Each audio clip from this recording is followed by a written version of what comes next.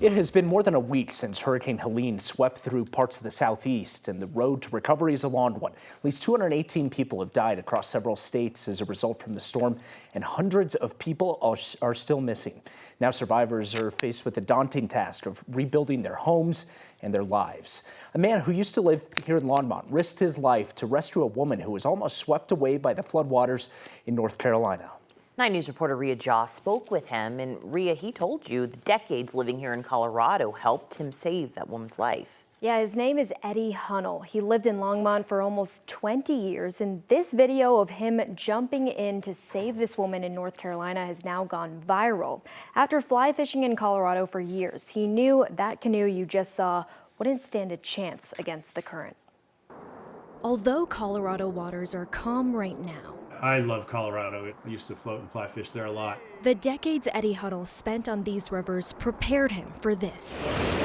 Hunnell and his family moved to North Carolina in June. They were at a hotel in Ashe County last weekend for his son's wedding. It had been pouring all day. A local person came in and was talking to the owner of the River House Inn and said that that a woman up the street was caught in her house. Hunnell rushed to help. Phil Worth was there outside, and his wife Leslie was trapped inside. Between Phil and Leslie, water 10 feet deep. Her roof of another house came floating down and hit the house, and there was a lot of loud noise, like the house starting to fail. So what was going through my head when that house started moving was, she's got to get out of that house. It's going to collapse, and it'll kill her. Hunnell knows Hurricane Helene's death toll is already well above 200. I couldn't watch her just float by, so I jumped in. Oh my God. Thankfully, muscle memory from his lifeguarding days in high school kicked in. I said, I got you.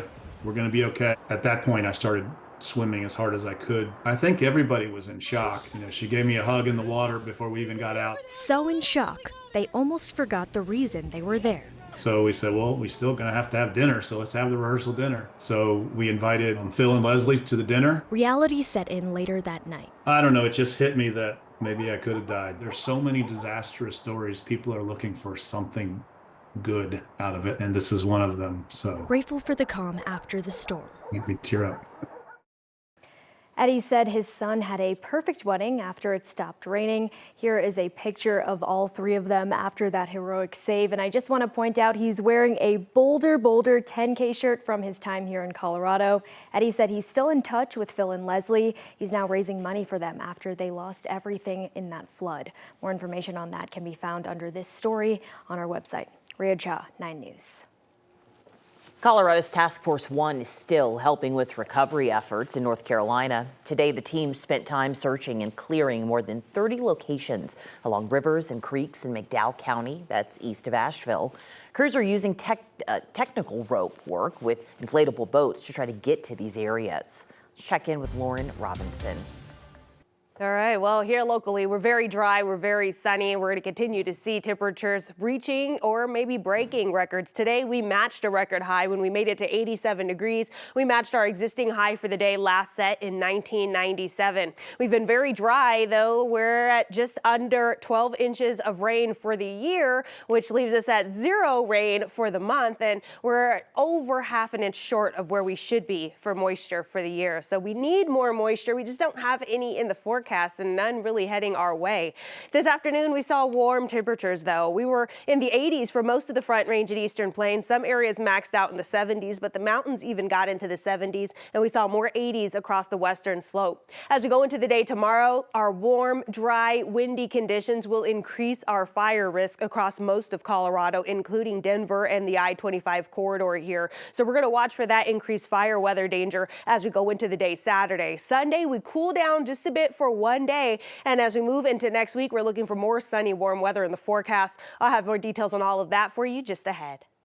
Lauren, thank you. A man is in custody tonight after walking into a popular restaurant in Denver earlier today holding a knife. Police say it happened at the Angelos off of 6th and Pearl.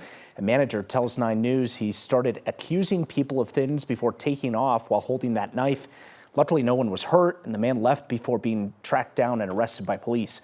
Staff at Angelos decided to shut the restaurant down for the rest of the night, try and recover from what happened. Tonight, CBI says twin brothers, who are also the chief and sergeant of the Center, Colorado Police Department, have been charged with theft. Chief Aaron Fresquez and Sergeant Adam Fresquez are accused of operating a private K-9 training business during their on-duty hours using city resources. The two men allegedly trained K-9 dogs for other police agencies and then pocketed the training proceeds that should have gone to the town. The brothers have been placed on administrative leave and will appear in court at a later date. Former Mesa County Clerk Tina Peters has officially been booked into a correctional facility. We got a look at her booking photo this afternoon. A day after a judge sentenced her to 9 years for her election tampering case. Colorado's best-known election denier allowed conspiracy theorists to gain access to information from the Mesa County voting system. In court yesterday, Peters was defiant and maintained that she did nothing wrong. Today, Colorado Attorney General Phil Weiser addressed the sentence that she received. The reality is that words and rhetoric have consequences. And the big lie pushed by former President Trump, J.D. Vance, and others is dangerous. It's harmful to our democratic republic. We have a democratic republic because people know that our elections operate with integrity. In Colorado, we have the gold standard of elections. This whole charade was costly. It was dangerous. And sadly, as the judge noted, Tina Peters was an unrepentant liar. She was without remorse, all about seeking fame and taking part in what's a dangerous conspiracy. She'll now pay the price. County commissioners in Mesa County testified in court yesterday that all those lies and conspiracy theories that Peters peddled cost Mesa County $1.4 million. Her punishment marked one of the strictest sentences that we've seen so far for any election tampering case. The city of Boulder says the apartment building Ash House has been cleared of building code violations and students living there can stay. The announcement comes 3 weeks after a judge in Boulder County ruled that students could continue living in the building on the University Hill, despite additional bedrooms being found in some of the units. Inspectors say those extra bedrooms were created without a permit and were considered safety risks because they didn't have a fire sensor or any way out in case of a fire.